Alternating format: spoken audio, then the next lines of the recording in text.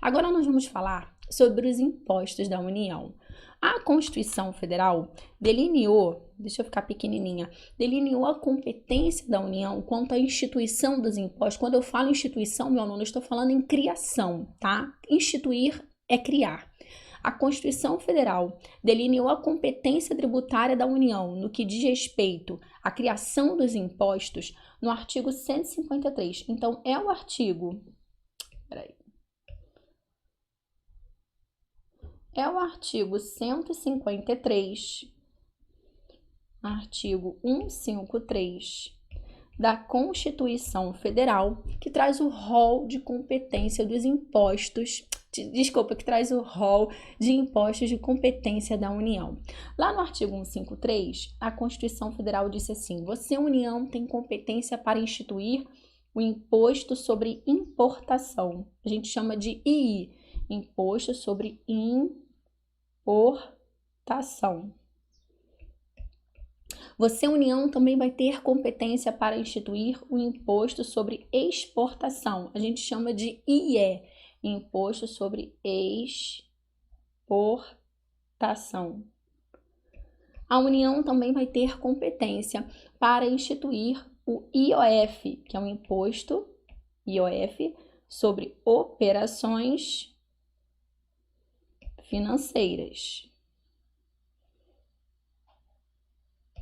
Além disso, a União também tem competência para instituir o IPI, que é um imposto, IPI, é um imposto que se dá sobre produtos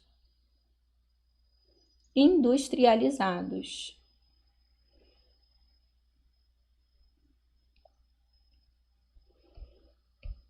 Ela também vai ter competência para instituir o IR, que é um imposto sobre a renda e proventos de quaisquer natureza.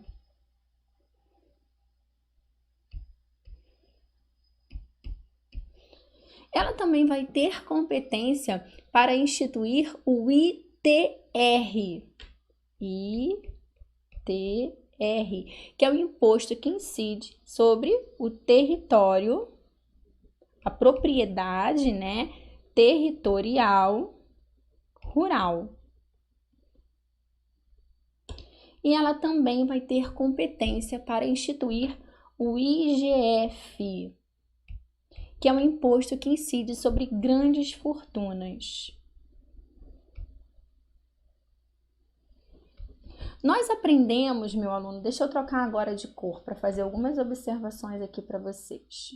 Nós aprendemos que a União, para exercer essa competência aqui que eu acabei de apontar para vocês, ela precisa fazer isso através de lei, editar uma lei instituindo, criando aquele tributo. E assim fez a União.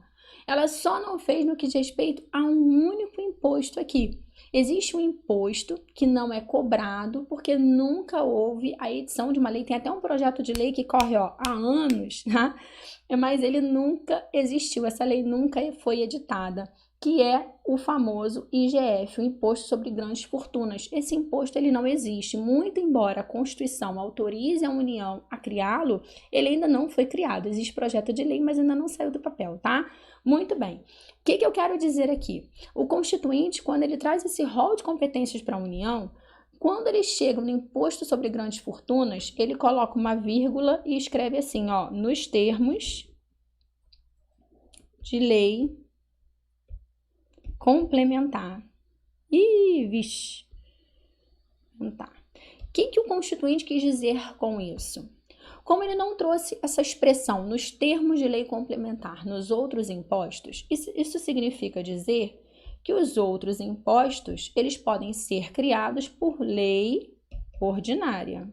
E se eu posso utilizar a lei ordinária, eu também posso utilizar, uma vez presente os requisitos, a medida provisória, MP. Então, todos os impostos que nós falamos de competência da União, com a exceção do IGF, eles podem ser criados por meio de lei ordinária. Muito bem. Não obstante, no momento em que se pensar em criar o IGF, essa criação não vai poder ser por meio de lei ordinária. A criação do IGF vai ter que ser por meio de lei complementar. Por quê? Porque a Constituição Federal exige que o IGF seja criado por meio... Deixa eu desaparecer um pouquinho aqui que eu estou na frente do que eu estou escrevendo. Só slide. Por meio de lei complementar. Então, o IGF, ele não pode ser criado por meio de lei ordinária e sempre que houver necessidade de lei complementar, eu jamais poderei usar a medida provisória. Isso é vedado. Eu só posso utilizar a medida provisória quando eu tenho autorização para editar uma lei, sendo essa lei com a forma de lei ordinária. Sempre que a exigência exigir a forma de lei complementar, eu jamais posso pensar em utilizar a medida provisória. Então, eu perceba, meu aluno, que a União ela tem competência, segundo o rol apresentado pela Constituição Federal, para instituir 7 impostos. 1, 2, 3, 4, 5, 6, 7. O II, o IE, o IOF, o IPI, o IR, o ITR e o IGF.